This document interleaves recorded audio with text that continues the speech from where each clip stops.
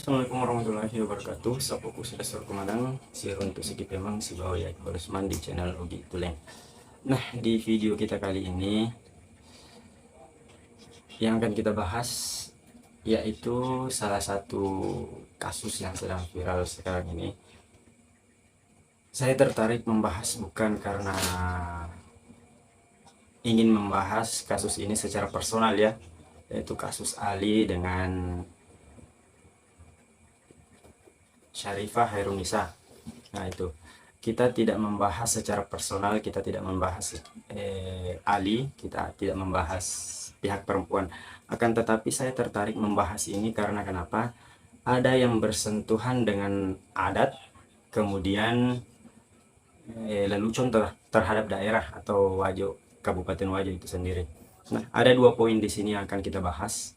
Yang pertama yaitu penolakan lamaran Ali. Nah, yang pertama ini kita membahas masalah adatnya. Nah, kita ketahui bersama bahwa Kabupaten Wajo itu sendiri memiliki slogan yaitu Maradeka to Wajoe adet nai napupuang, atau seperti yang dikatakan Arung Sautanre Latiringa Totaba yang mengatakan bahwa Maradeka to Wajoe. Nah, jajiang aliena Maradeka tanah ini ata sinin atau make tanai Maradeka manang ada as sama turusan nami napupuang, yang dengan kata lain semua orang Wajo itu merdeka sejak dilahirkan. Negeri mereka yang mereka abdi, kemudian ya si pemilik negeri itu merdeka semua. Dan yang paling penting di sini ada hukum adat yang berlaku, ada as sama turusan nami napupuang, itu yang dijunjung tinggi. Nah, pada kasus ini itu jelas sekali. Karena kenapa? Masyarakat Bugis pada umumnya masih menjunjung tinggi yang namanya adat istiadat, adat pengadereng. Nah, yang terjadi pada kasus ini yang pertama itu dia datang melamar tanpa mengetahui prosedur apa yang sebenarnya harus dilakukan sebelum dia datang.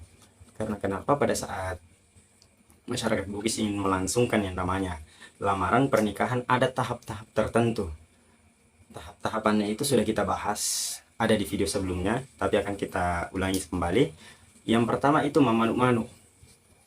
Pihak keluarga laki-laki harus mengetahui bagaimana pihak perempuan, baik itu secara sikap, perilaku, atau apakah ada calonnya, apakah ada sudah calonnya, sudah ada ikatan sebelumnya. Nah, itu fungsinya memanuk-manuk. Ada yang namanya mak duta. Nah, mak duta itu membicarakan berapa uang panainya, umpamanya uang belanja, maharnya berapa, apa yang pihak laki-laki ingin berikan kepada pihak perempuan. Nah, setelah itu mapetuada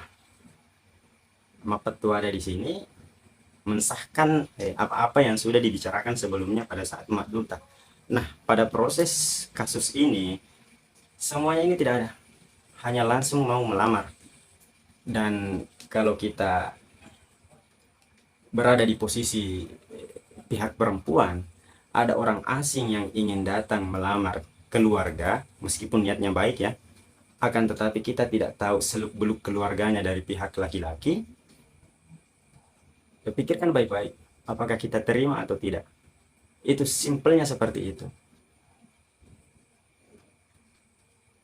Pernikahan di suku Bugis itu sendiri tidak seperti ingin membeli sesuatu atau membeli buah. Ada uang, ada barang, tidak seperti itu.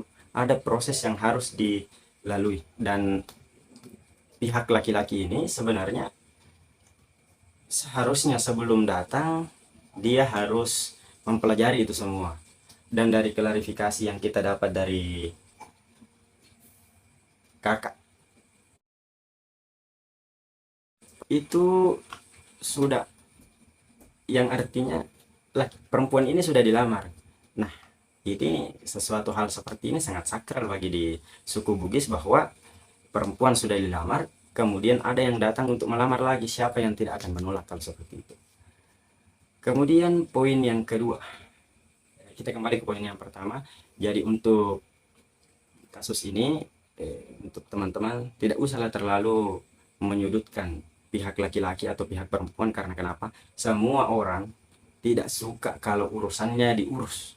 Nah, itulah kelemahan orang Indonesia, suka sekali mengurus urusan orang lain. Nah, kita ke poin kedua, yaitu adanya lelucon-lelucon tentang kasus ini yang mengkambing hitamkan Kabupaten Wajo atau mensamaratakan semua perempuan sama di mata mereka karena kasus ini. Analoginya seperti ini. Ketika kita digigit semut, satu semut yang menggigit, kita langsung membunuh semuanya. Nah, analoginya tidak seperti itu. Hanya satu yang berbuat, kita juga belum tentu tahu bahwa apakah pihak perempuan salah atau pihak laki-laki salah. Nah, seperti itu.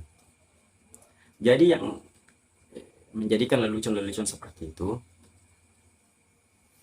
kalaupun dia di luar Kabupaten Wajo, itu oke lah. Kan tetapi yang sangat memprihatinkan di sini bahwa banyak sekali yang mengaku dirinya konten kreator yang menjadikan masalah ini sebagai konten.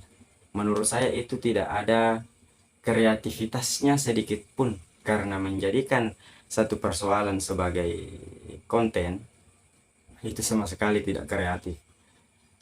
Kemudian kita kembali ke lelucon tadi.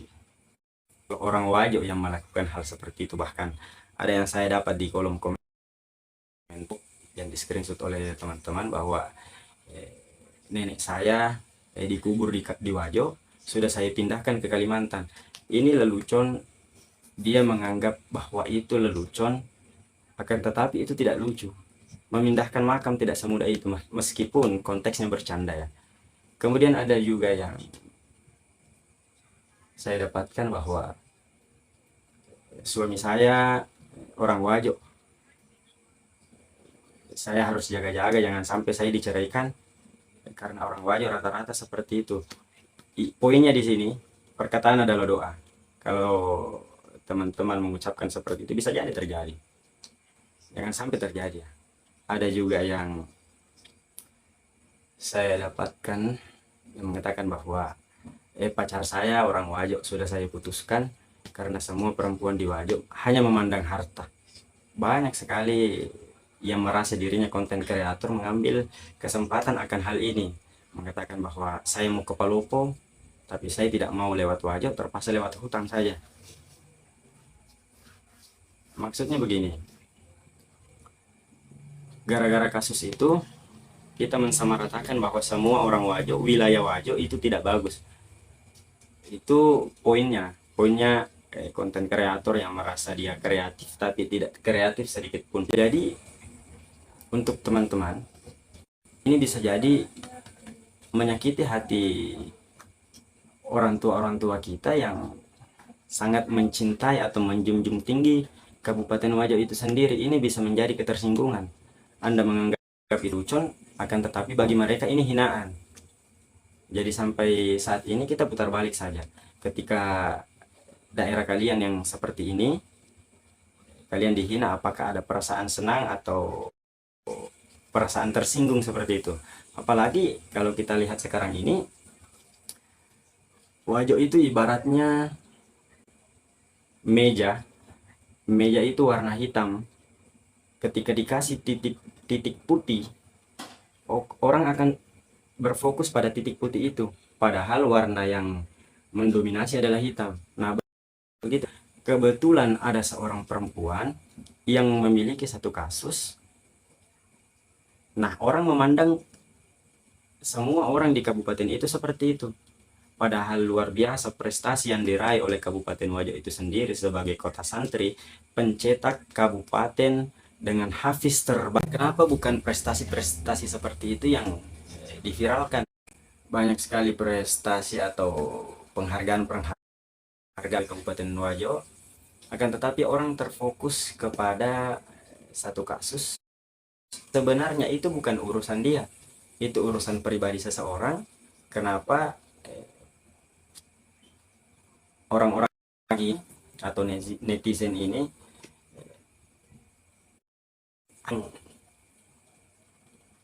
memfokuskan kepada hal ini? Padahal kalau kita lihat dari klarifikasi perempuan itu jauh-jauh berbeda dengan apa yang diceritakan pihak laki-laki ini. Nah, itulah yang membuat kita kebingungan, karena kenapa yang ini begini, yang dikatakan perempuan ini begitu. Dari klarifikasi kakaknya pihak perempuan, bahwa laki-laki ini sudah tahu memang kalau pihak perempuan ini sudah dilamar, akan tetapi dia tetap mengotot untuk datang ke Indonesia. Dan terjadilah kasus seperti ini. Jadi untuk pesan untuk teman-teman, cobalah menggunakan sosial media dengan benar, dengan bijak. Kemudian urusan orang lain biarlah menjadi urus dia yang menyelesaikan semua itu, dan jangan sampai kita terpecah belah hanya karena kasus seperti ini. Dan ketika kita pihak perempuan atau pihak laki, sebenarnya dia terima dari hinaan kita, dari cacian kita, sebenarnya dia lagi sedang. Jadi tidak ada gunanya kita mencela, tidak ada gunanya kita menghina pihak perempuan, meskipun apakah itu benar atau tidak yang dikatakan di saat video klarifikasinya. Kita juga tidak bisa mencela, menghina pihak laki-laki, karena dia yang katanya dia memiliki niat baik, akan tetapi klarifikasi pihak perempuan sangat-sangat jauh berbeda. Oke Bu, poin yang pertama tadi yaitu masalah adat.